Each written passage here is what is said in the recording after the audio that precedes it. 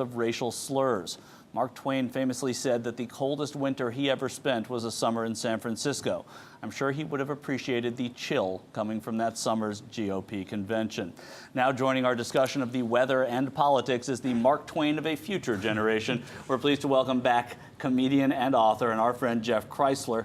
Jeff, thanks for being here, and of course David Sirota with us as well. Speaking of charismatic leaders who love San Francisco, Dick Cheney's back. He's in the news. His daughter, they say, is running for the Senate in Wyoming. Tell us about that, Jeff.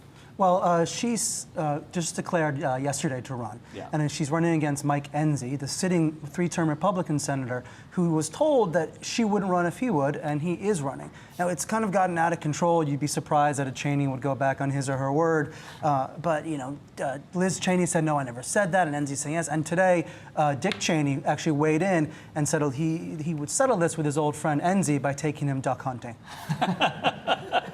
That was a generous offer. Right.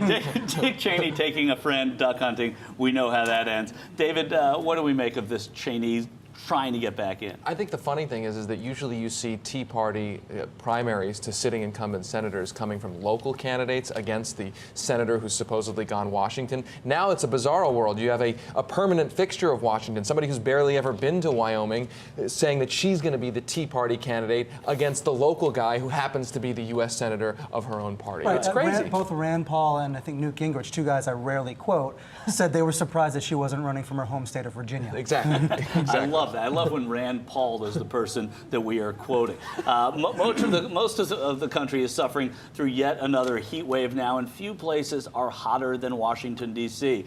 Adding to the steam today was former President Bill Clinton, back in town for the renaming of the Environmental Protection Agency's building in his honor. During Clinton's administration, the EPA was raised to the status of a cabinet position. It gained the ability to regulate carbon dioxide and expanded national parkland. Although much work remains, he took many big steps. Jeff, do you think Bill Clinton is happy getting the EPA building named after himself? Well, I think he would have been happier if he'd gotten the Bill Clinton Center of Attention. But nonetheless, I think he should be happy with this. I mean, First of all, in a couple of years, he's going to be renamed Hillary Clinton's husband. Yeah. And this is ultimately a legacy thing. I mean, the EPA, if it does its job, is going to be what will make a real difference. I mean, what's the signature achievement in his administration? It's hard to pinpoint one. Was it DOMA? You know, was it a Mideast peace that didn't last? Or was it making Arsenio Hall relevant?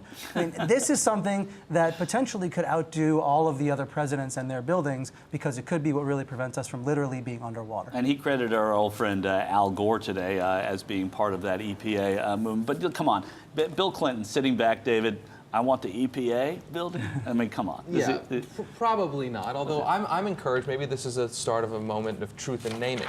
Maybe soon we're going to get the Ronald Reagan Office of Public Debt. I mean, the naming of buildings, at least in this case, you had Ronald Reagan named after the Washington airport after he crushed the strikers at the Washington airport. That's not exactly truth in naming. At least this is some truth in naming. Yeah, and I think that's important. They also named the Little Rock Airport. It's the Bill and Hillary Clinton Airport. So finally he doesn't have to share. Right. But as Jeff said, there's a whole renaming thing going on.